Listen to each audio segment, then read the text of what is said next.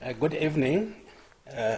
Let me start by saying good morning for those of us who are in the United States of America and elsewhere where it's good morning, and good afternoon, as well as good evening, particularly those of us who are in South Africa.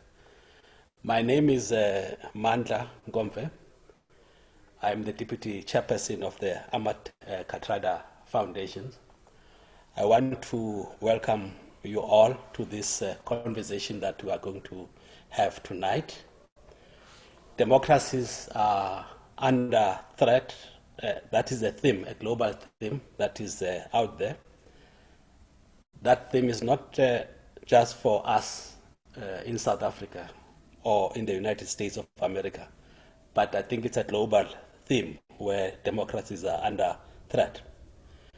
Now, previously, the threat would have been from external forces or those extra-parliamentary organizations, as it were.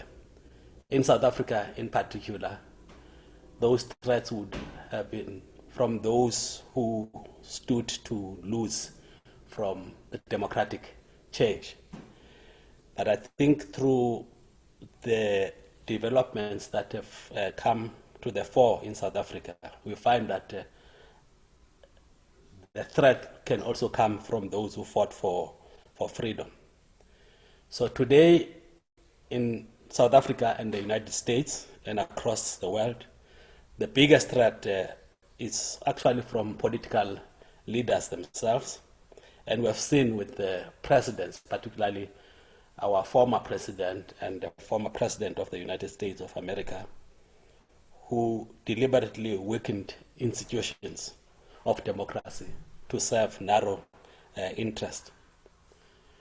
So this initiative by the United States Friends of the Ahmed Kathrada Foundation is meant to contribute to the global dialogue that will hopefully connect all those that must rally under the banner of one, defending, renewing, and changing our democracy.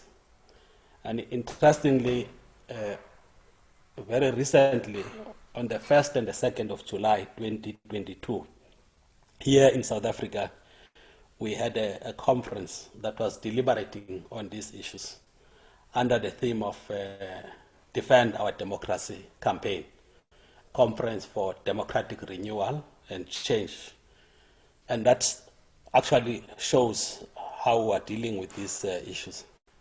In our view, in the foundation, we think that we must work for a qualitatively better democracy, which will ensure that the millions without shelter, without food and work, will have their dignity restored. And we believe that it is only when the dividends of democracy are shared by all that we actually should defend all this. Interestingly, we meet 2 days before Mandela Day. We all know that his life was one of sacrifice for the ideals of a non-racial South Africa, non-sexist, a united and democratic South Africa. And we think that we should recommit to continuing this quest for us in the US, in South Africa, and across the globe as a whole. So today, we are having two speakers who, in their own ways, have done battles with what we call rogue presidents. And they have deep insights on what needs to be done to build resilient systems to prevent insurrections. That is now from both countries. And I've seen the speakers and their books, etc. So I wish to thank, on behalf of the foundation, I wish to thank them, and also our moderator, Ms. Palesa Morudu, in advance for what I think would be a very informative and engaging conversation. Let me also thank all those who have made this event possible. particularly the speakers, for them having agreed to be with us, the support staff, the friends of the foundation, and all of those who have actually given time for us here, and that is on Saturday evening, where they are supposed to be doing other things. Now, we are going to play a video, which video was done some times back, reflecting the 80th anniversary of the foundation, particularly the founder of the foundation, Mr. Kathrada. After that, we will introduce Ms. Elinor Sisulu, but before that, we are going to play this video, which I hope you'll find quite informative and invigorating. Thank you very much.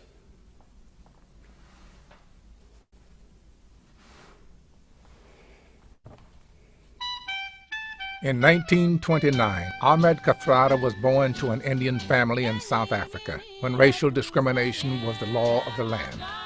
At a young age, Kathy joined the struggle for liberation.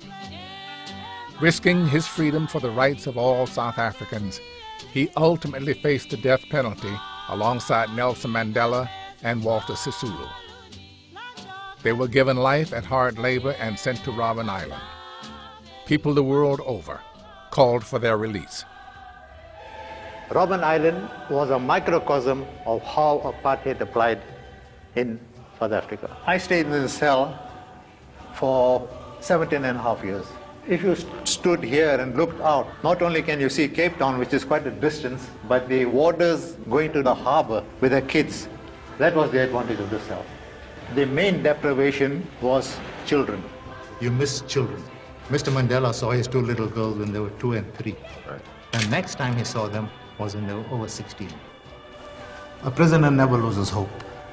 Never, ever. Although we were sentenced to life imprisonment, and for political prisoners, life meant life. After 26 years, Kathy and his comrades walked free, infusing the struggle with new hope.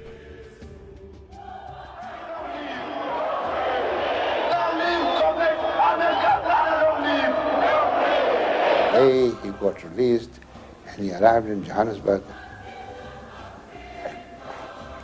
I was ready for it. It was a moving experience. 6 months later, Nelson Mandela was also a free man.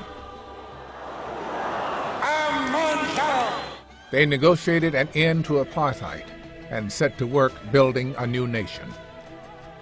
Prisoner Mandela became President Mandela with Kathrada as his advisor. They chose the path of truth and reconciliation over revenge. I have been with Kathy since the late 40s. I believe in surrounding myself with strong characters who will tell me when I'm wrong, and he is that character.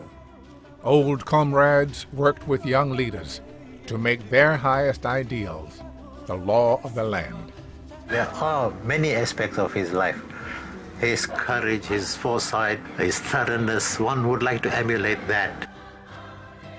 Kathy teaches people in South Africa and around the world about the history, triumphs, and lessons of the journey to freedom. He is a vigilant champion of ethical standards and of racial equality. We want Robben Island to be a monument. One wants to perpetuate the positive aspects, and that is a place of triumph. Because Robben Island played a very important role in the struggle, although we were in prison. And the struggle to crush apartheid was in some ways less difficult than the struggle we are facing now. It's always easier to crush something than to build. He has been a great instrument of the movement. That is what he has brought. Confidence in the future. Ahmed Kathrada is a principled, modest, and gentle man. He lives by his belief that truth and justice will always triumph. His life is an ongoing example of the unbeatable power of love.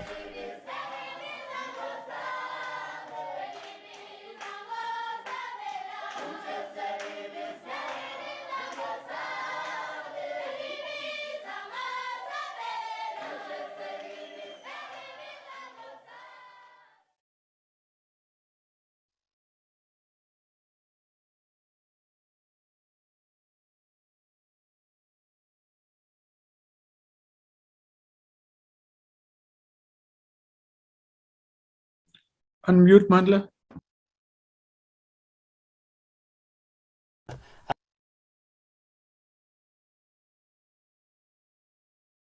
Still can't hear you. Gosh, can you hear me now? Yeah. Yeah, thank you very much. Now, I was saying that this video was made for Kathy's 80th birthday celebrations in the United States of America. And as you can hear, it's being narrated by Morgan Freeman. Now, without any waste of time, I want to introduce Elinor Sisulu.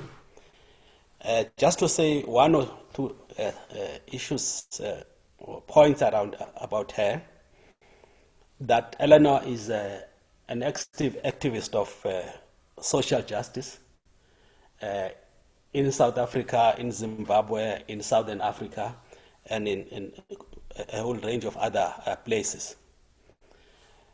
At least for me, she is known to have, there's a book that is, I think, has come to be seminal, which depicts and talks about the life of Walter and Albertina Sisulu in our lifetime. That's an important book that everybody should actually read. I think it's a contribution to the history of South Africa, the archive, and etc. An activist of democratic change, I think also an activist of children's rights. She's written quite a lot of books, particularly on children, the rights, etc. The day Gogo went to vote is one that actually I remember quite a lot. So Elinor, in her own right, is an activist, and we thought we should actually bring her into this conversation. And I therefore, it's my pleasure to introduce Elinor to yourselves. Elinor? Thank you very much, Mandla, and I appreciate the exaggeration on the number of children's books that I've written. I'll try to write them so that you can have been correct in your introduction.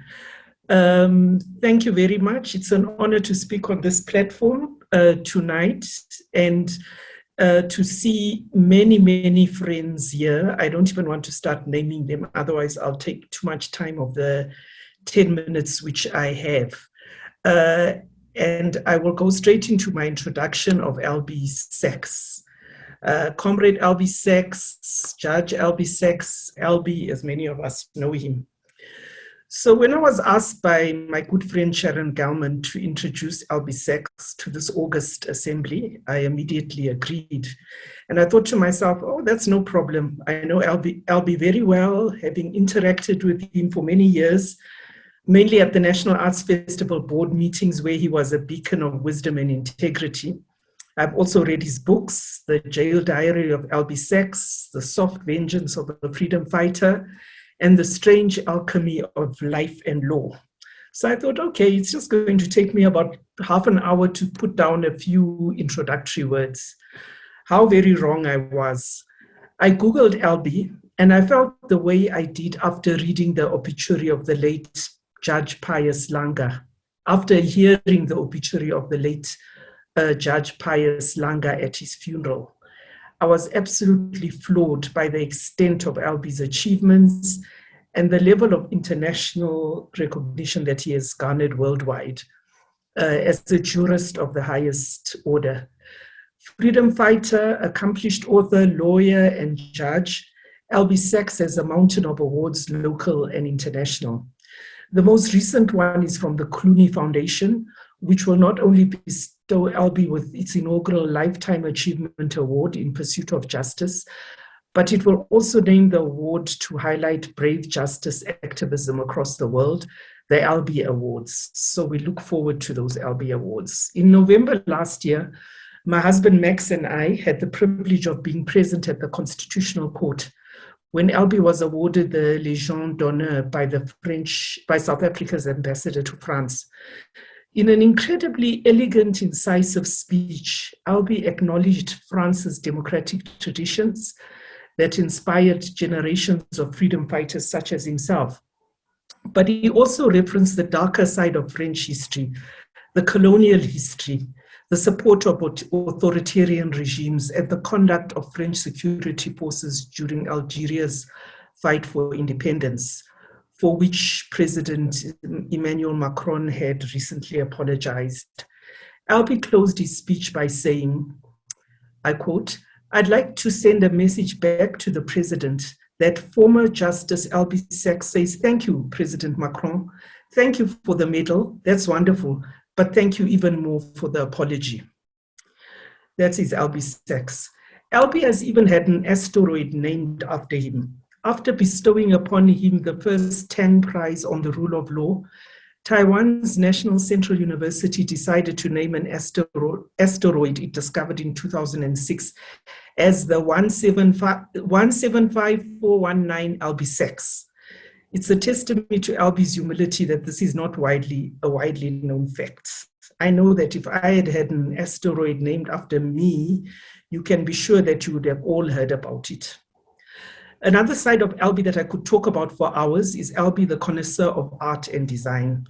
As a constitutional judge, not only did Albie play a crucial role in the dialogue within the court, he was also a moving spirit in designing the logo of the court and the curation of the art collection that is such a striking characteristic of the aesthetic of the building. The love of design is something that drew him to Vanessa September, who after their marriage qualified as an architect. And it's difficult to talk about Albie without mentioning Vanessa. This other side of Albie we tend to forget is that he is a disabled person, having suffered the loss of his sight in one eye and his right arm in an apartheid orchestrated bomb blast. I've always admired the dignity, grace, and humor with which Albie has handled this disability. I'll never forget his recounting of his interview for the position at the Constitutional Court. When asked how much he wanted the job, he said, "I would give my right arm for it."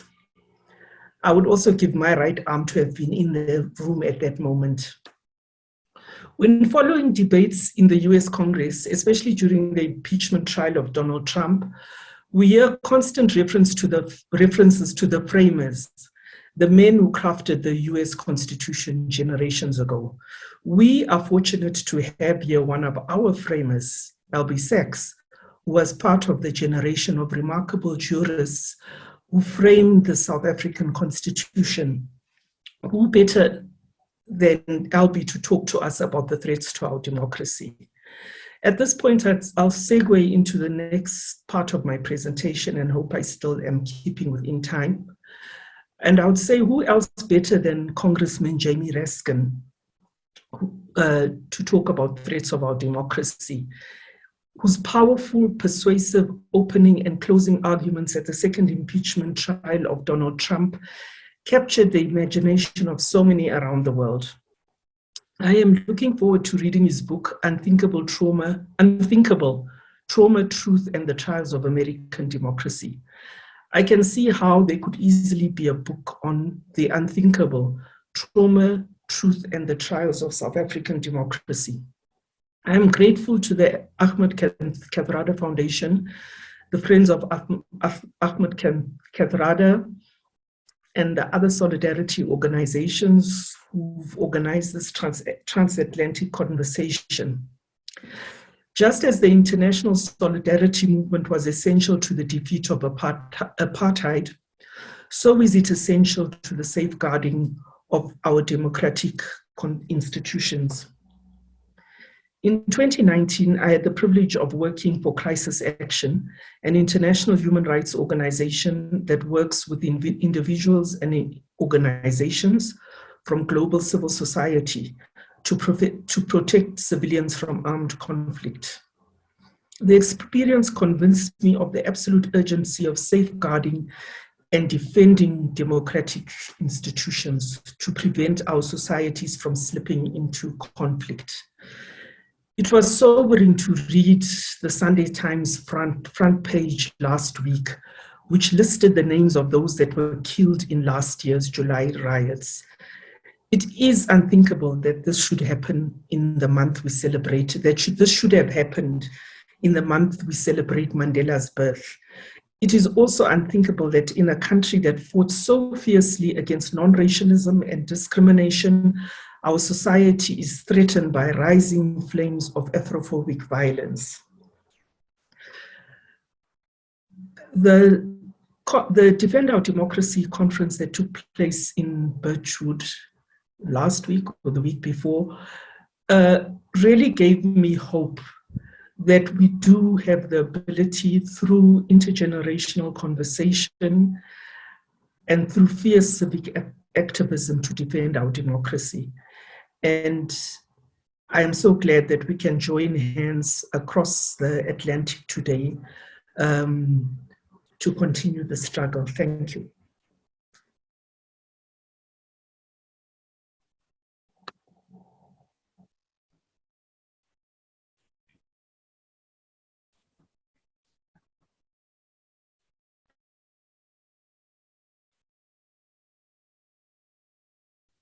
Over to you, Albie.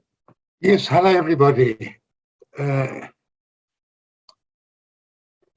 I point to my Imbongi in chief forever. I think you were just supposed to say, I now introduce Albie Sachs. Anyway, here I am.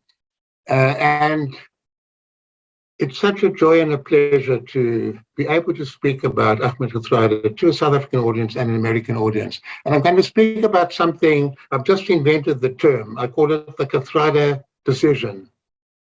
I don't suppose anybody in the audience has heard of the Kathrada decision. I've just made it up now.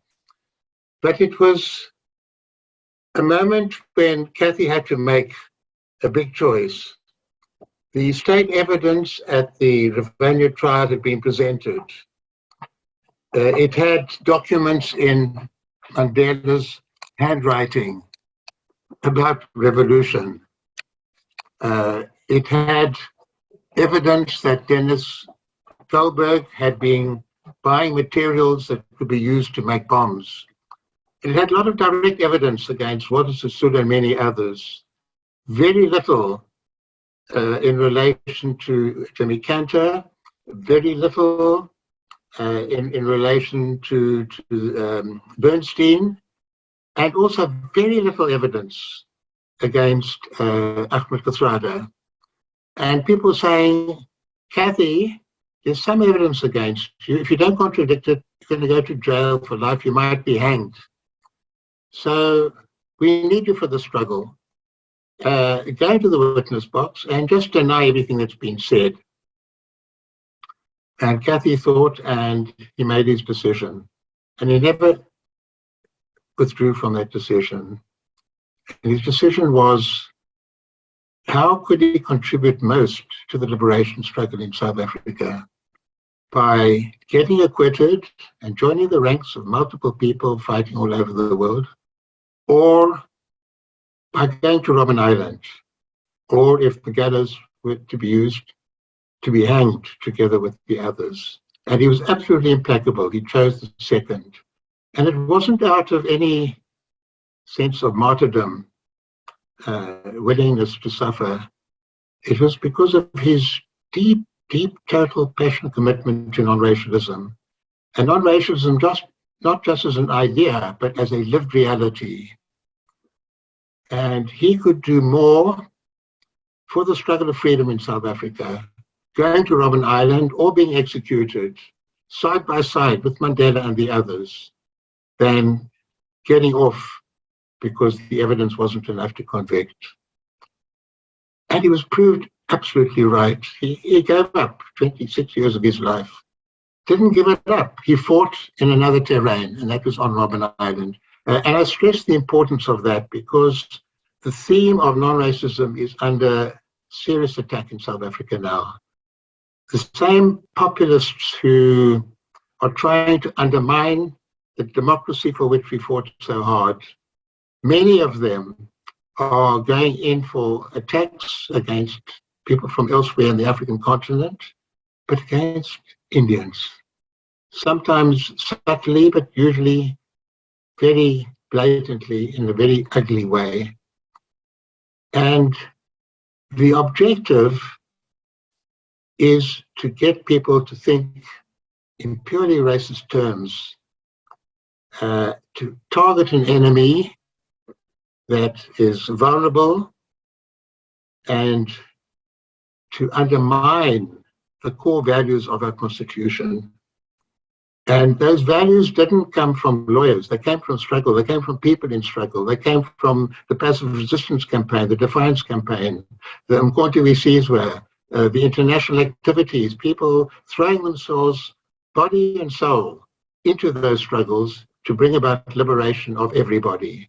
So the foundations of our Constitution are that common liberation struggle of people from different backgrounds. I maybe have a particular affection in my memory for the Transvaal Indian Youth Congress, TIYC, not even known in today's history.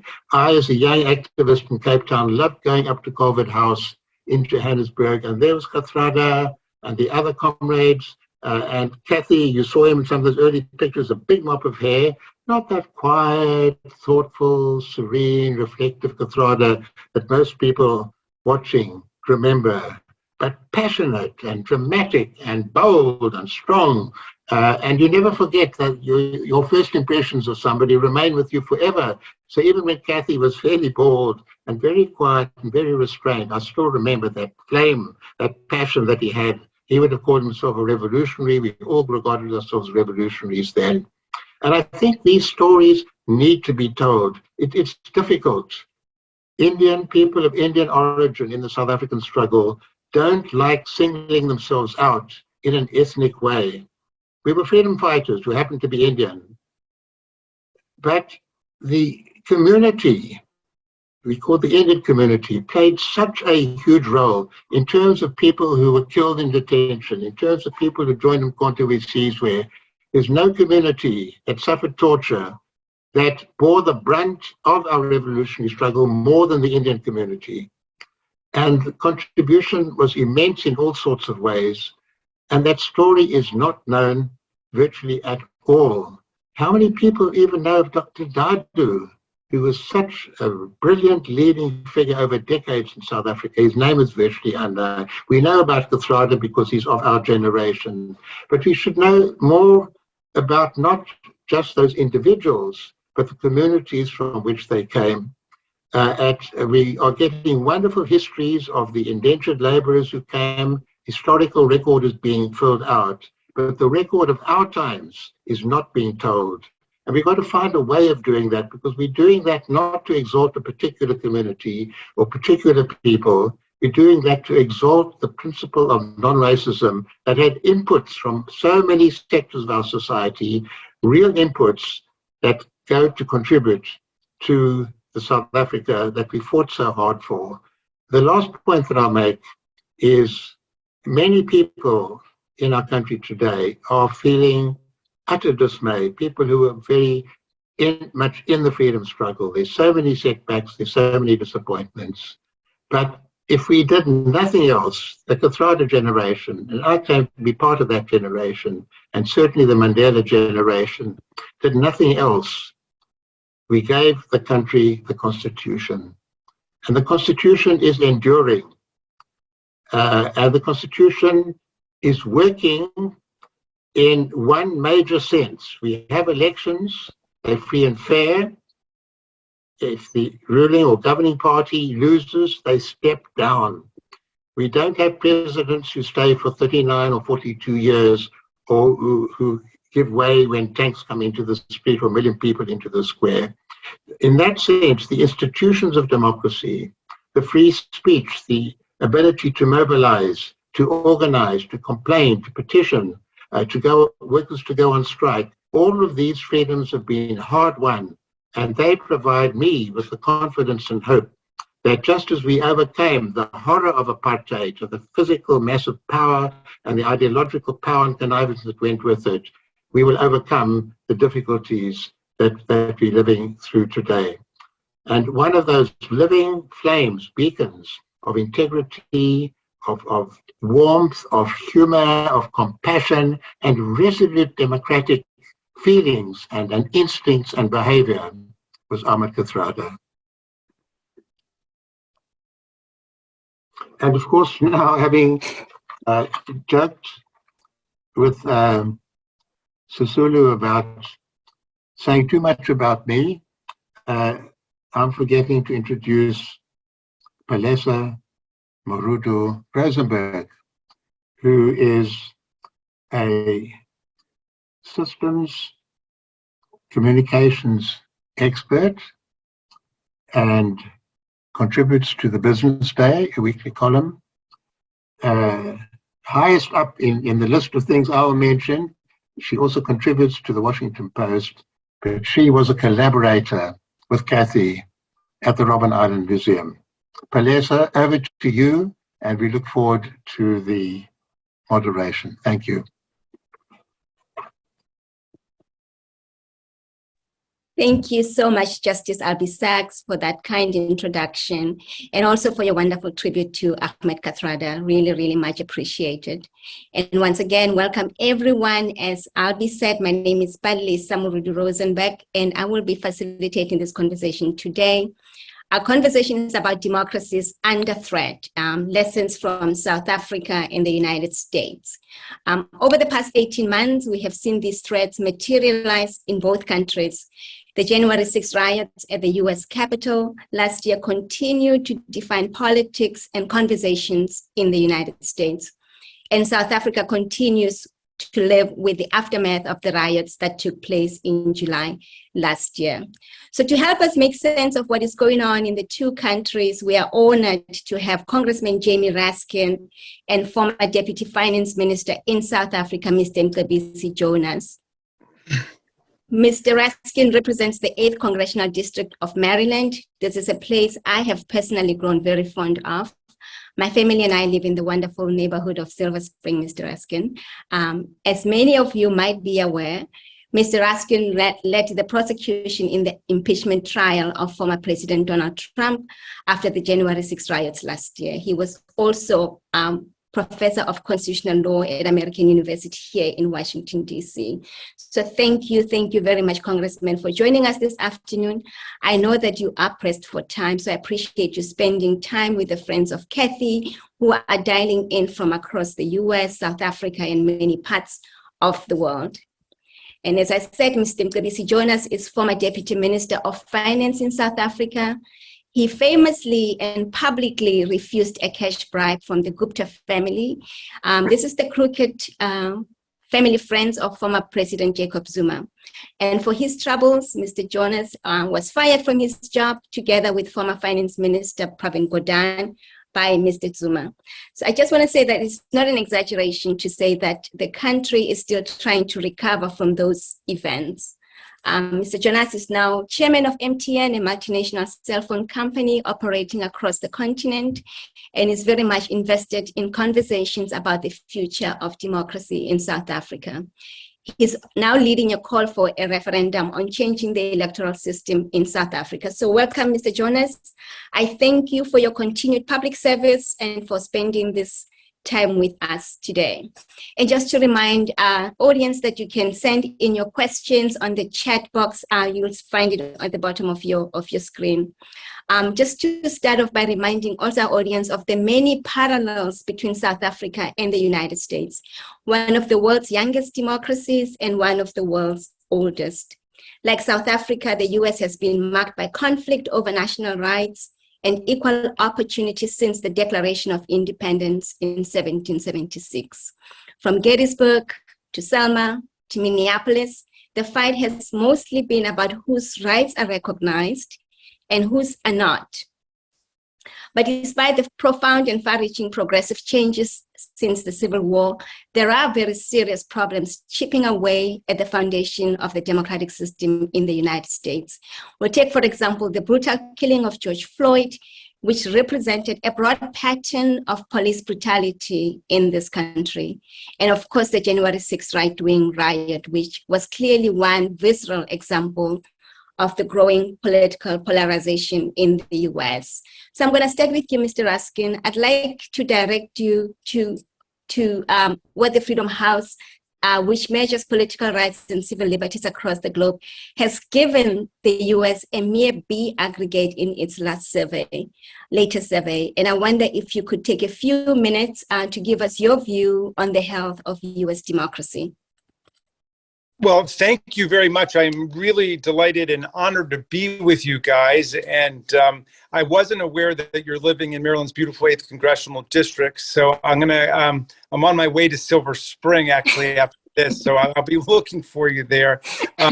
What an honor it is to be here in celebration of Ahmed Kathrada, such a hero to small d Democrats all over the world, people who love freedom, people who love justice. And I found it an absolute thrill to get to hear Justice Albie Sachs speak just now. And he too is a hero to people all over the world who believe in the idea of progressive democracy and a democracy that includes everybody and is based on justice and freedom for the citizenry. So thank you for that. I guess I would like to make just a few points. And one point is about international tyranny and international democracy. I think that, we had a president in Donald Trump who was aligned with all of the dictators and the tyrants and the despots and the authoritarians and the autocrats and the alt-right movements all over the world. And the democratic movements and the democratic parties have got to be as aligned and at least as in close touch as all of the authoritarians and the dictators and the despots are, if we're going to survive this period of profound assault on democratic institutions and values all over the world. The second thing I want to say is that the authoritarian attack on democratic institutions is very closely connected to corruption, which is why it's an honor to share the cyber lectern here with a leader who is famous for rejecting bribes. But corruption is really at the heart of authoritarianism. And, people ask, well, why was Donald Trump so intent on staying in office that he was willing to wage a coup against the government of the United States and incite a violent fascist street insurrection to surround his coup on January the 6th? And the reason is, I believe, that it was a money-making operation from the very beginning for Donald Trump. He was the first American president ever to say that he was going to stay in business. He was not going to surrender or sell or get out of any of his more than 100 different business ventures he's got going all around the world. In fact, he refused even to put it into a blind trust. He said he was going to remain the principal in all of these, but he would delegate some day-to-day responsibilities to his children. So what we see there is a fundamental betrayal of the democratic idea, because the whole concept of democracy is that the government becomes an instrument of the public interest and the common good of everyone, not the self-interests or the family interests or the corporate interests of the president and those who are aligned with him. And yet that is the model that we see all over the world. Wherever you find authoritarianism and despotism, you find that form of personalist corruption, whether we're talking about Putin in Russia or Orban in Hungary or Duterte, or I guess Marcos now in the Philippines, or El-Sisi in Egypt, or President Xi in China. All of it is for an elite ruling class. And the radicalism of democracy from the very beginnings, as Tom Paine articulated it, was that it is a critique of every other system of government. Every other system of government has the quality of the emperor's new clothes. It's always somebody dressing up their own self-interest in the idea of the national interest or the state necessity or whatever it might be. So it is very important to identify that form of corruption as being at the heart of the authoritarian assault on our institutions. So finally, what I want to say is that Tocqueville had a very interesting insight into our country when he wrote Democracy in America. And he traveled through our country in the 1830s, and he said that it seemed to him that voting rights and democracy in America were always either shrinking and shriveling away, or they were growing, and they were expanding. And we've been in a contractionary mode, with this insidious authoritarian assault on the voting rights and the political rights and the reproductive rights of the people. We need to get back on the growth track. It's not about restoring what was there before. It's about renewing the momentum. So we got millions and millions of disenfranchised people in America. We got 713,000 people who live in the capital city of Washington, who are the only residents of a capital city on earth who are unrepresented in their own parliament. So we need statehood for the people of Washington, D.C. We need statehood for 3.5 million Americans in Puerto Rico who have seen the bitter price of colonial disenfranchisement and second-class status in Hurricane Maria, where they were cheated out of hundreds of millions of dollars in hurricane aid, and Donald Trump threw some paper towels at them instead. So we need to defend the right to vote for everybody. One of the things I love about the new South Africa Constitution in Article 1 is that it defends everybody's right to vote and to be represented at every level of government. We don't have anything like that in the American Constitution. We have a series of ragtag, ad hoc anti-discrimination amendments, like the 15th Amendment, you can't discriminate on the basis of race, the 17th Amendment, which shifted the mode of election of our U.S. senators from the state legislatures to the people, the 19th Amendment, you can't discriminate on the basis of sex, and several others like that. But nowhere do we just have a simple, universal declaration of the right of everybody to vote at every level of government. And so we still have millions of disenfranchised former prisoners who've had every other right restored to them when they get out of prison, but in 7 or 8 states still can't vote, which has nothing to do with rehabilitation or deterrence, but it's just about strategic voter suppression and manipulation of the electorate. So we've got to get back on the democracy growth path.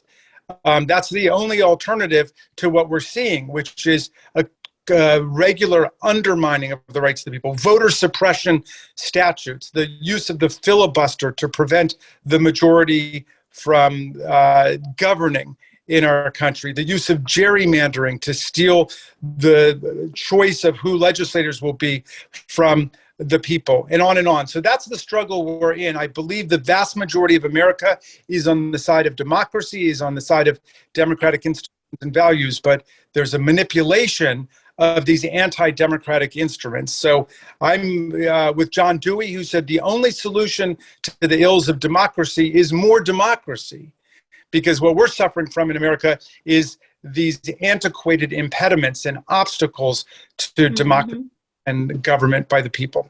So I'm happy to yield back at this point. Okay. Thank you. Thank you so much, Congressman Raskin. And just to get back to South Africa, Mr. Jonas, obviously we have a different history, but there are similarities with the US. The history of colonial conquest, land dispossession, apartheid, which has much in common with Jim Crow. And the struggle against apartheid found huge resonance, as you can see, with many people dialing in the US through the largest anti-apartheid movement in the world. But I wonder if you can take a few minutes to reflect on the democratic backsliding in South Africa, a country, Congressman Raskin referred to corruption. This is a country where someone who was clearly unqualified held the presidency for over almost a decade and facilitated the looting of the state. And I also wonder where, after 28 years in power, the continent's oldest democracy is unable to simply do the basics, like keeping the lights on. So I wonder if you could just talk a little bit about the backsliding that's going on in South Africa. Well, thank you. Oh. Sorry. I just wanted Mr. Jonas to do that, Congressman Raskin. Go ahead. Thank you very much, Palesa. Let me thank the Ahmed Kathrada Foundation once more, and the friends of the foundation, the US Friends of Foundation, for creating this platform. And I hope we can continue to kind of deepen conversation around some of these issues that we're talking about. Palesa, what I wanted to do really, I mean, at the beginning, I'm going to come back to your questions. I think I wanted to just say there are interesting similarities between the US and South Africa, which I thought it might be important to just accentuate and highlight, as it were. And I think if you look at both the Zondo Commission, because I think it's a big issue now in the topical issue, as well as the January 6th committee hearings. And both are attempts to hold malign political actors accountable for abuses of power that presented a threat to democracy. Now, Trump and Zuma administration had one thing in common. I think their willingness to use state power for acquisition of money or power at all costs, even if it undermines and destroys democracy. South Africa and the US, in different ways, I would argue, have claimed a kind of exceptionalism, if you look at history, in how democracy was achieved. In the moral rightness of our struggles, in the genius of our founding principles, and in the towering figures of our founders, harking back to Washington, Jefferson, and of course to Mandela, Sisulu, and Kathrada. These are giants. I mean, and that gives us the feeling that we are exceptional.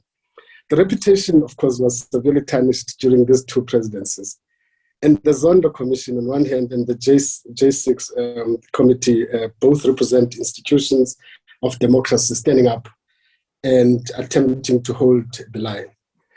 Now, if you look at South Africa, if you go back to the Truth and Reconciliation Commission, it looked at the atrocities of apartheid era. But if you look at Zondo Commission, and I dare say that the January 6th committee, they are both attempts to grapple with existing and ongoing threats to democratic order and reassert the rule of law. And I think this is an important distinction, because I think in the Truth and Reconciliation, we're dealing with the past. And I think the Zondo Commission, everything that it grapples with is happening as it is busy dealing with the issue. And I dare say that if you look at how the backsliding in the US, it's happening as, of course, I mean, the J6 committee was sitting. Just like the US, South Africa has been slow to prosecute. I mean, this is another kind of interesting thing about the whole thing. And I can say that, I mean, slowness to prosecute is not uncommon. These are systemic crimes in nature. And if you mess up in your prosecution, you might actually pay heavily in terms of politically and otherwise.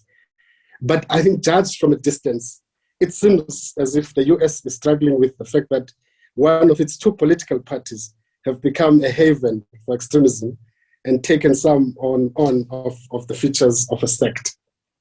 The Republican Party, it would seem, has become home for malign political forces who are bent on establishing permanent minority rule.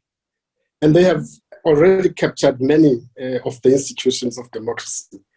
South Africa has has populist and toxic elements who represent, I would argue, a threat to society, whether through anti-foreign agitation, which has led to xenophobic attacks, and of course, often driven by populist narratives of protection of jobs, etc., etc.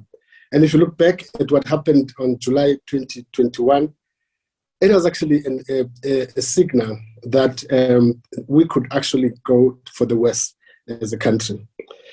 But there are similarities in the threat that militia and vigilante groups represent. We have to prevent the state from forsaking its monopoly on violence. And I mean, we see this in South Africa increasingly, that I mean, every time I walk through Sandton, which is probably the center of sophistication and everywhere else, I'm always puzzled by the number of people who are carrying guns, protecting individuals, etc., which actually point to a new trend that actually the state is actually forsaking its monopoly of violence, and that actually it's left to all sorts of forces, etc. The Zondo Commission was tasked with looking at the perpetrators of state capture and corruption, and of course, which became widespread during Zuma. The important, I think, takeaway from the Zondo Commission is that rather than merely demanding that offenders be put in jail, Judge Zondo pointed the way to refashioning democracy. And I guess that's probably, in my view, the core message that came out of the Zondo Commission, apart from putting the perpetrators to jail. We need to refashion our democracy. Zondo mentioned a number of electoral reforms that are critical to address the problem and once again empower people through democracy. He made the point that in our system, parties, not voters, choose candidates from the president to ministers to MPs to MECs. This linked to the closed party and this proportional system. So effectively, you have a democratic system that is based on parties, essentially, and there is no correlation with constituency. The National Assembly, which is tasked with public oversight and accountability, has failed to hold incompetent, corrupt leaders to account. And by and large, I think, again, this is, as Zondo points out, as a result that party members of parliament actually are more accountable to party bosses as opposed to the population and the citizenry, as it were. And all of these issues are probably what are supposed to be central to the campaign to reimagine, refashion our democracy and our political system. But I want to end by saying that the challenge that democracy faces throughout the world will not be solved until we are able to grow democracy in a manner that ensures that there are better outcomes for ordinary people. Mm-hmm. If we cannot actually ensure that democracy means something, it has to reflect at least commitment to greater equality, dealing with our crisis of poverty and joblessness in South Africa, of course. So effectively, I think part of the way in which we should actually be building and refreshing the attempt to defend democracy and therefore prevent the backslide in Palesa is going to be how inclusive our economy becomes. How do we deal with issues of inequality? How do we deal with issues of poverty and joblessness, etc.? So effectively, the conversation about defending democracy in South Africa has centrally to include a conversation about how do you transform our economy for growth on the one side, but also for ensuring that there's greater inclusivity, but also ensuring that there is greater labor participation in our economy. I think that should be the central theme that drives the conversation about democracy. The last point I make is that we've narrowed a lot in the discussion to electoral reform and parts of this thing. But I think what we have lost as a country, I would argue, is the absence of a national vision, and should I call it a national agenda, that binds South Africans together in a common search for a different future and different fortunes. And that probably part of the defending democracy should be about galvanizing society towards a common vision, galvanizing society towards a common program. Thank you, please. Okay, thank you so much for that, Mr. Jonas. Coming back to the U.S., Congressman Raskin, it's really for me the issue around the not legitimacy, but the confidence that the public has in institutions. So, for example, the Gallup Research Organization painted quite a dire picture on the levels of public confidence in America's most important institutions. For example, those surveyed, 7% of those surveyed have confidence in Congress, only 11% have confidence in television news, for example, only 14% in big business, 14% in the criminal justice system, only 16% in newspapers, only 23% in the presidency, and 25% in the Supreme Court, according to the Gallup research. Now, I think this is quite a huge crisis of legitimacy, and I'm wondering how is it possible to govern in a democratic system when the public trust in the institutions are at an all-time low? Well, you ask a profound question. I'm surprised that the confidence in the Supreme Court is as high as 25%. I think that's way too high. And you can certainly count me in the 75% who believe that the Supreme Court has absolutely squandered their legitimacy with the abortion decision, the recent decision about guns, the recent decision undermining the government's ability to regulate greenhouse gas emissions and to fight climate change. it's a problem because we want to be able to criticize and challenge those political institutions that are being driven by a reactionary authoritarian agenda like the Supreme Court is today, but we also don't want to further demoralize people and undermine people's faith in democracy. And so look, that's a challenge for all of us, whether we're in elective office or not in elective office. I mean, democracy is, of course, not a single institution. It's not the executive, much less is it just the government. I mean, democracy is a free press. Democracy is the universities. Democracy is civil society and civil life. And so we need people everywhere standing up for the idea of government, of the people, and by the people, and for the people. And we have to challenge those who have usurped government for private, corrupt purposes, and those who also would want to tear down legitimate public institutions in order to replace them with authoritarianism. So we do have we've got a tough agenda ahead of us because we have to defend the idea of constitutional democracy and the constitutional framework at the same time that we're trying to push forward to improve it, to address all of the problems that are out there. But at this point in America, we have one pro-democratic party left, and it's the Democratic Party. For whatever our flaws and imperfections, it's us. And so I say we are the Liberal Party because we're going to defend liberty, and we're the Progressive Party because we're going to work for progress.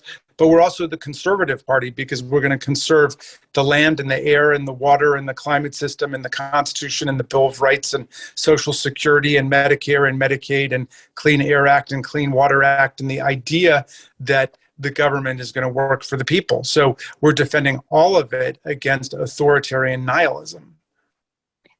Yeah, there's a lot of questions that are coming in on the chat. I'm just going to take one, and any of you can answer that question.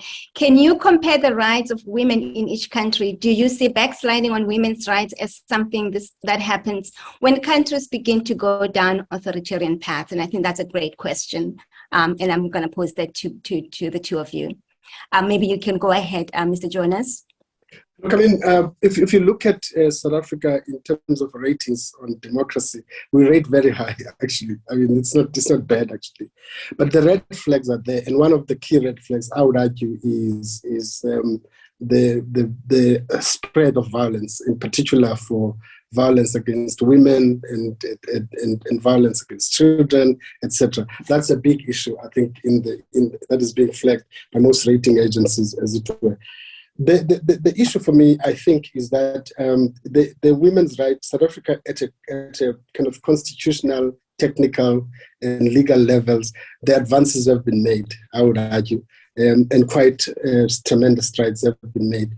But I guess, I mean, in the actual implementation of the programs, we have actually, again, I mean, in many areas we've done the same, that actually we have not been great at execution of some of the things that we say we are important for shaping our democracy. And in part, I think it relates to general incapacity of the state, and which continues actually to be a problem in general. But it also relates to the fact that I think the fact that when we have the rise of poverty levels and an economy that is failing, and of course the uncertainty of our economic situation, etc. And of course, the fact that I think there is no clear perspective on how to grow the economy and how to deal with these issues. Some of the morbidities you see relate to the failure to implement the core programs and core values of our democracy. Thanks. I'll add to it, the empowerment, the equality of women are crucial indicia of the strength of a democracy. In America, of course, we still don't have an Equal Rights Amendment in our Constitution. We've been able to make progress under the Equal Protection Clause, but the failure to pass the Equal Rights Amendment is a major stain on us, and that is now exacerbated by the Supreme Court's recent horrible 6-3 ruling in the Dobbs decision, striking down a woman's right to choose an abortion. And we know that one major way of ending poverty around the world is to give women power over their own fertility and their own reproduction. And now America is moving exactly in the wrong direction, which undermines the rights and the freedoms of women and also undermines the position, the material security of women. Yesterday, my colleagues and I in the House of Representatives had to vote both to try and codify Roe versus Wade in federal law, but also to secure the rights of women to travel on an interstate basis, as a lot of the anti-choice states now are trying to legislate to punish women or prevent women from traveling to other states, which is traditional and sacred, inviolable right of citizenship. So, Mr. Jonas, just getting back to the institutions again, the Afrobarometer report that was released last year paints quite a disturbing picture about institutions in South Africa. But for me, what was most frightening, interestingly, the media is the only sector that's doing very well, is 63% of public trust. But what was most frightening for me is that 67% told Afrobarometer that they would be willing to give up on elections if a non-elected government would provide security, housing, and jobs, some of the stuff that you spoke about. But it strikes me that this provides fertile ground for populist demagogues in our political system in South Africa. And I'm just wondering if you wanted to say something about that. I guess, that's the problem. That's the argument that we have been consistently making, that we need to reimagine our politics. And if there's any, core message from the Zondo Commission, that our politics are a big part of democratic backsliding. So reimagining our politics imply a couple of things. First, in my view, the work that the Kathrada Foundation is doing and many other civic organizations are doing around defending democracy becomes very important. I think that we need a major mobilization drive and public education drive for citizenry to actually turn citizenry into active citizens in demanding better from political parties and from government. I think that's one part of the conversation. The second part of the conversation is just ensuring that there is greater participation in all facets of public life, as it were.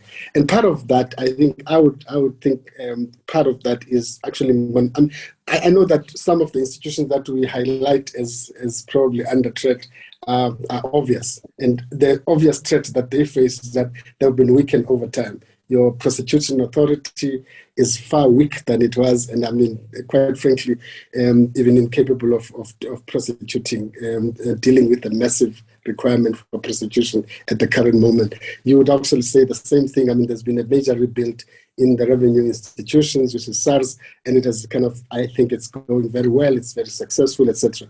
But if you think about the security cluster in general, it's probably, they're probably at its weakest. July 2nd uprising, whatever you call it, was actually a reflection of how weak our security cluster is. And if you have a stronger security cluster, you would have a different thing. So part of the conversation is how do you actively draw citizens in actually putting pressure to powers that be in terms of strengthening this institution. The last point is, I think we need in South Africa to campaign more for insulating public institutions from political interference.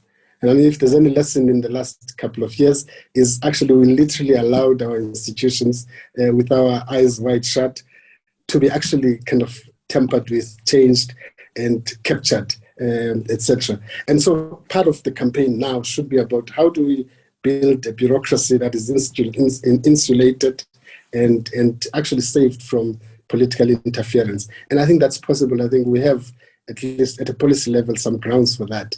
But it's important that we actually campaign to make that implemented and executed. Thanks, Palesa. Okay. Just another question to Congressman Raskin. I want to talk a little bit about this concept of what has been called the loser's consent.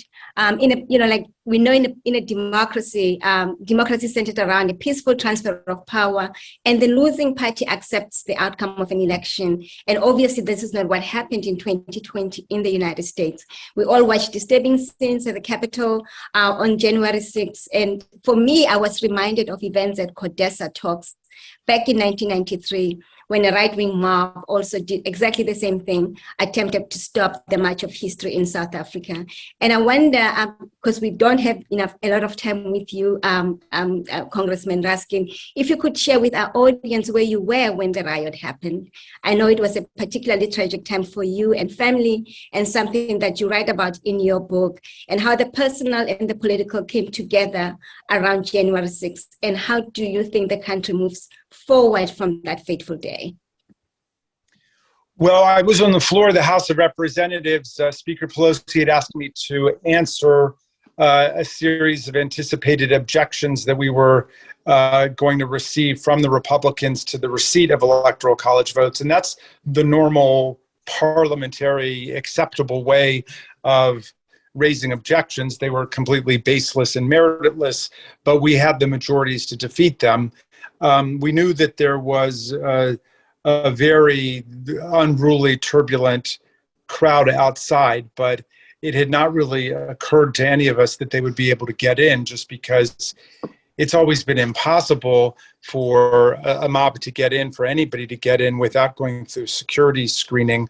And yet they beat our officers, they assaulted our officers, they ended up injuring more than 150 of them, and they overcame the officers. They smashed our windows, they broke down the doors, they stormed the Capitol, they drove the House and the Senate both out of their chambers. And the hallmark of authoritarian and fascist political parties all over the world is two, really. One, they don't accept democratic elections if they don't go their way. And two is they embrace or they refuse to renounce political violence. And so I think that the Republican Party under Donald Trump's control is really teetering on the edge of becoming an outright authoritarian party in our country. And let me tell you, it's as close as I ever want to come to fascism again in my life. It is just an objectively terrifying thing to witness. And being on the January 6th Select Committee, I've been able to study a lot of what was being said, what was being tweeted, what was being texted and emailed. And there were lots of domestic violence extremist groups, terrorist groups that wanted to execute not just Vice President Mike Pence for not doing Donald Trump's will, and not just Speaker Nancy Pelosi, but all the members of Congress. There was a lot of talk about that. But, if you're following it at all, check out Thursday for the final hearing in this series of hearings that we're doing about these events, and it will explain what happened on January 6th itself. I know, Congressman, that you have to leave quite soon. I just want to leave to give you the few minutes just to reflect. If you can imagine the United States in 100 years, what kind of a country do you imagine it to be and the future of democracy? I mean, I certainly hope it will be the world's greatest multiracial, multi-ethnic, multi-religious constitutional democracy, where we've been able to assimilate all the greatest features of the other democracies on earth, including South Africa, whose people have fought so hard and so long and so beautifully to make democracy real in our lifetimes. And I hope that, generations to come will look back on this moment as an extreme aberration and departure from our pursuit of a more perfect union. And I hope they will say that, those of us on this call and those of us in Congress did whatever we could to preserve democracy, which is a precious legacy for all of us. And if you look at the history of our species, most people have lived under authoritarians and kings and queens and czars and emperors and dictators and people like Donald Trump and Vladimir Putin. We have the opportunity to create a different kind of world. And in fact, at this point, democracy is the only system that will save our species, because it is the only system that has respect for science and for facts and for truth. And all of the authoritarians and dictators are in absolute denial about climate change. They reject doing anything about it. And I mean, of course, the rulers understand it's for real, but they just want to put up a bunch of walls and gated communities to protect the richest people. But if we want to really try to protect humanity from the nightmare upon us, that means defending and strengthening democracy. Yes, I'm going to let you go, Congressman Raskin, and thank you very, very much for your time, and all the best with the campaign and the January 6th hearing. Thank you very much for your time. Thank you so much. All best. Okay, I'm gonna continue with you, Mr. Jonas. Just to talk a little bit about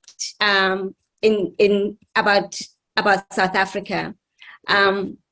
The riots that took place in July 2021 were also about exercising force to block a democratic process, in this case to prevent the state from carrying out a lawful order of the Constitutional Court to jail former President Jacob Zuma. I think it's a miracle that South Africa didn't burn down during those terrible 4 days in July. But as I've argued elsewhere, South Africa is full of kindling, and the ANC simply lit the match.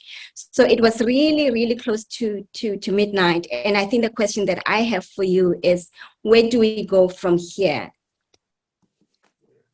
Look, I guess, I mean, just to kind of a perspective on the July uprising, but I think it's also important that I hold a view that I think my view was that it was almost like the most practical expression of how weak the state has become.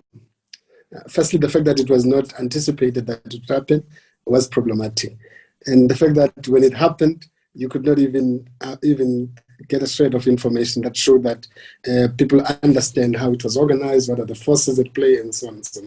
And yet, in my view, I think it reflected how the security cluster in government has been used over time for factional battles in the ruling party. And that was almost how real it is, that the ANC could pose a danger for stability in this country. I think that I think for me is an important thing to say. The fact that I think it didn't spread shows you a couple of things. I mean, it was confined to a particular province, I think, and certainly I think you had sporadic outbursts in different other parts of the country. The fact that it didn't spread, in fact, across the country tells you something about, I think, the maturity and political maturity of our kind of people in South Africa. Because many people took a view that yes, there are fundamental problems, but I think we cannot actually take the route of self-destruction. So again, I'm saying that tells you something, that if our people are mobilized, directed, you kind of are likely to get better outcomes, as it were. And I think if you look at the warmth with which the campaign for protection of democracy is being received across the country, it demonstrates that actually we have huge potential of turning this thing around. I'm more optimistic, and sometimes I'm very optimistic about what can be achieved if citizens are mobilized. And I think with proper leadership, proper public education and civic education, you could redirect actions of citizens away from violent protests to more constructive ways of engaging with powers that be. But again, I mean, dysfunction is across the board. I mean, municipal dysfunction is a problem. Some municipal services are not being delivered. The water crisis all over the place. I mean, in one of the biggest cities, Nelson Mandela Bay, you actually experience water crisis, as it were. So ultimately, I think there is a firm basis for the rise of populism, but I also think that there is a firm base for mobilization that takes a different direction. And I would argue that that's where we should focus our efforts. I have the same question as I had for Congressman Raskin. Imagine South Africa 100 years, 128 years from now. What kind of a country do you imagine it's going to be? Again, Palesa, my view is that we have two choices, really. I mean, probably many people will say we have many choices. Change would happen. I think it's going to happen. And it's going to come through a major disruption, I think. And whether this disruption, we work in such a way that it's constructive in the sense that we think it through, we make the political reforms that needs to be made, we make the economic reforms that need to be made, and deal with issues of inequality, etc., would have a different country, as it were. But if we kind of allow the things to just slide as they are sliding, as they are going on now, you're likely to have a more violent disruption. And then I always use the term, you have July uprising in steroids, basically. If you don't do anything and to try to manage and construct a different future and create different perspective of politics and reimagine our politics, etc. I think the potential for the first option is big. South Africans, I think, of all walks in life are actually saying that there is a need for change. And I mean, good schools, better education, better health, public health system, jobs, and all of these things are not ideological.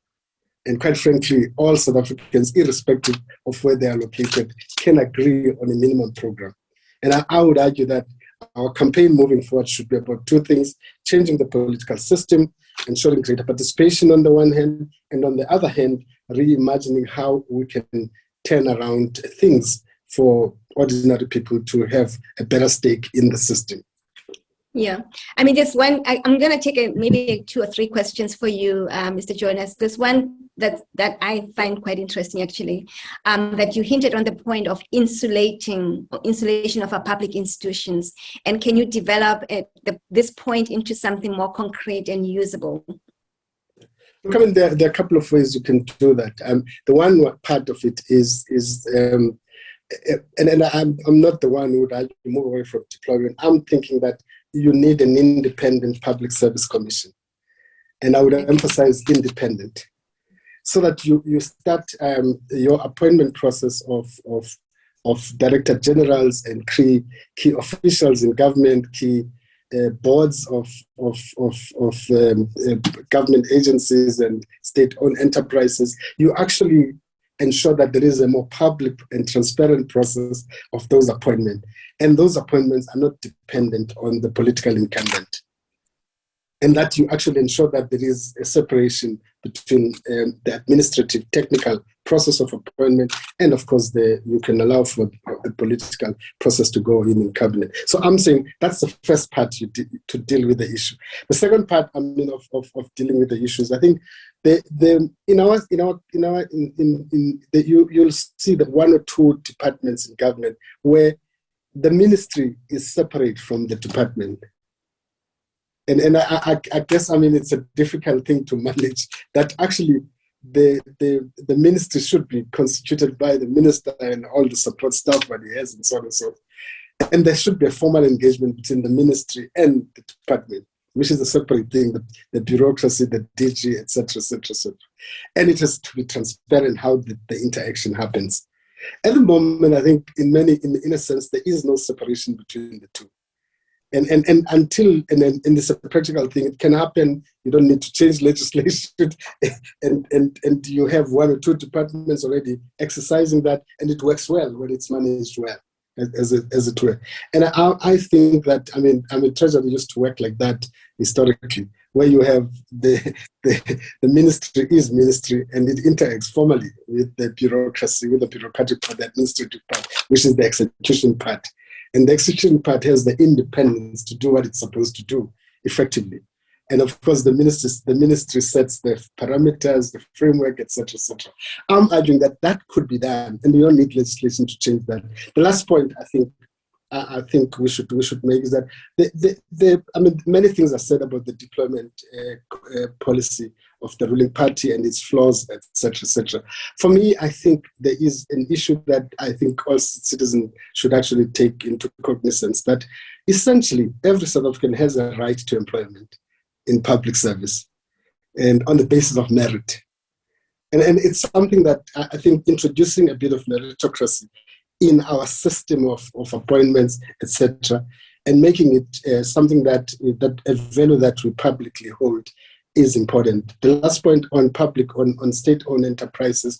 At the moment, I think part of the weakness with state-owned enterprises is that most of the boards in state-owned enterprises are more accountable and responding to the shareholder, as opposed to looking at the interest of the companies.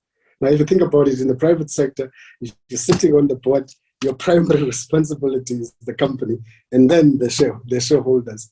And I guess because of that perversion that you have in the public sector, you have all the morass that you have in state-owned enterprises. Again, changing that. I mean, to say that actually boards must be about the companies themselves first, and then of course the shareholder, as opposed to vice versa. It's something that I think in the transformation and change that we need to do could actually be easy to implement. Again, I don't think you need to change legislation to do that. You might trigger a couple of procedures and what have you, but essentially you don't need legislation to change those things. Thanks.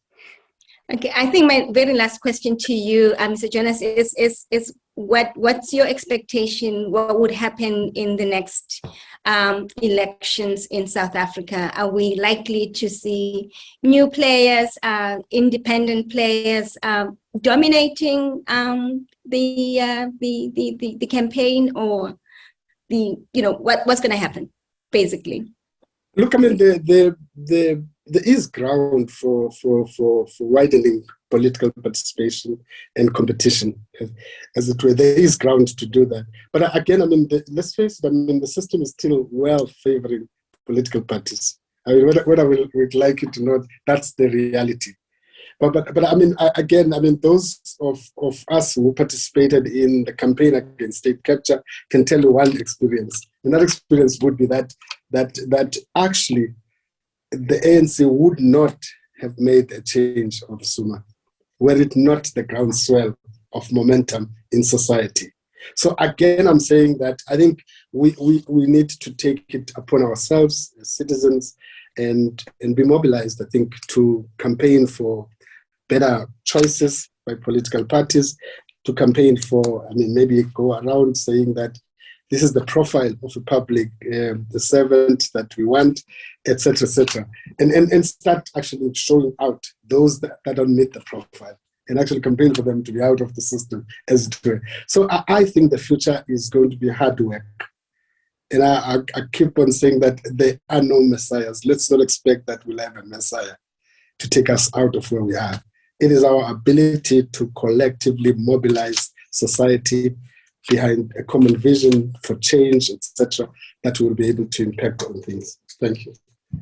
Thank you very much. That's a very hopeful note to end our conversation on. I mean, I took out quite a lot from the conversation between yourself and Congressman Raskin, that the project of democracy might be under a lot of pressure right now, under threat, but the future doesn't look so bad. The future of democracy is basically in our hands, and it's up to us what we do with defending it for the future. I'm going to hand over to my colleague, Sharon Gelman, who is going to give us a vote of thanks.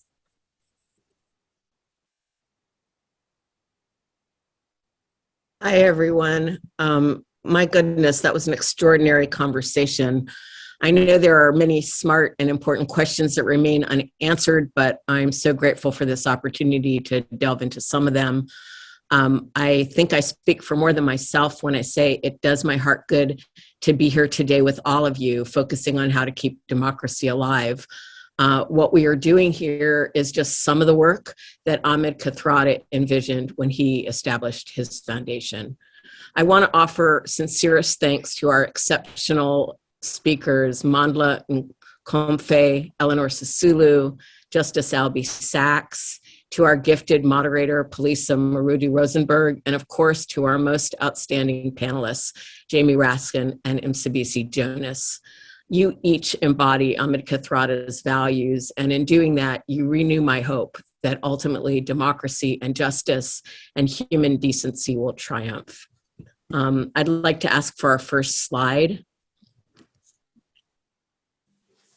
I want to thank each of you for joining us today. It's an honor to be here among such a distinguished and diverse audience, activists and policymakers and academics, writers, teachers, activists, philanthropists from South Africa and America and around the globe. It's food for my soul to be surrounded by so many people who recognize the vital importance of democracy and human rights. If we could have slide 2, please. I've been asked to speak briefly about the purpose of U.S. Friends of the Ahmed Kathrada Foundation. We founded this organization to help people in America learn about the extraordinary life and exemplary values of Ahmed Kathrada, as well as the vital work of his foundation.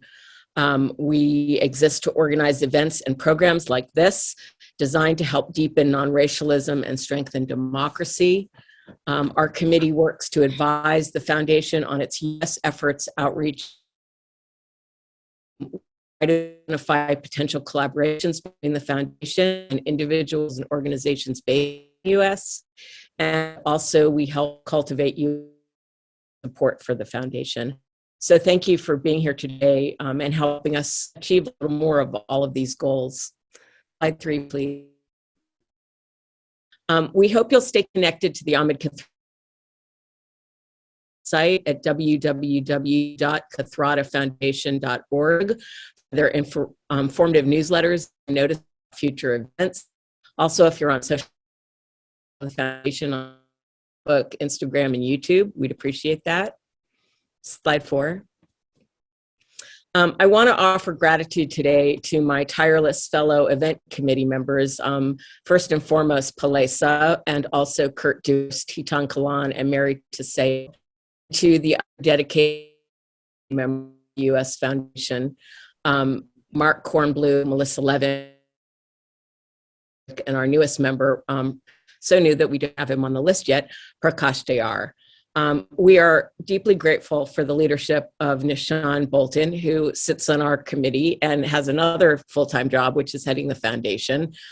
And we want to thank his hardworking foundation staff who helped make today possible, including Delani Majola, Khalil Moses, Retabile Ratsomo, Zinzile Mavoso, and Zaki Mamdu. And a special thanks to our co-sponsors, wonderful organizations based in America, Shared Interest, the South African Development Fund, and South Africa Partners.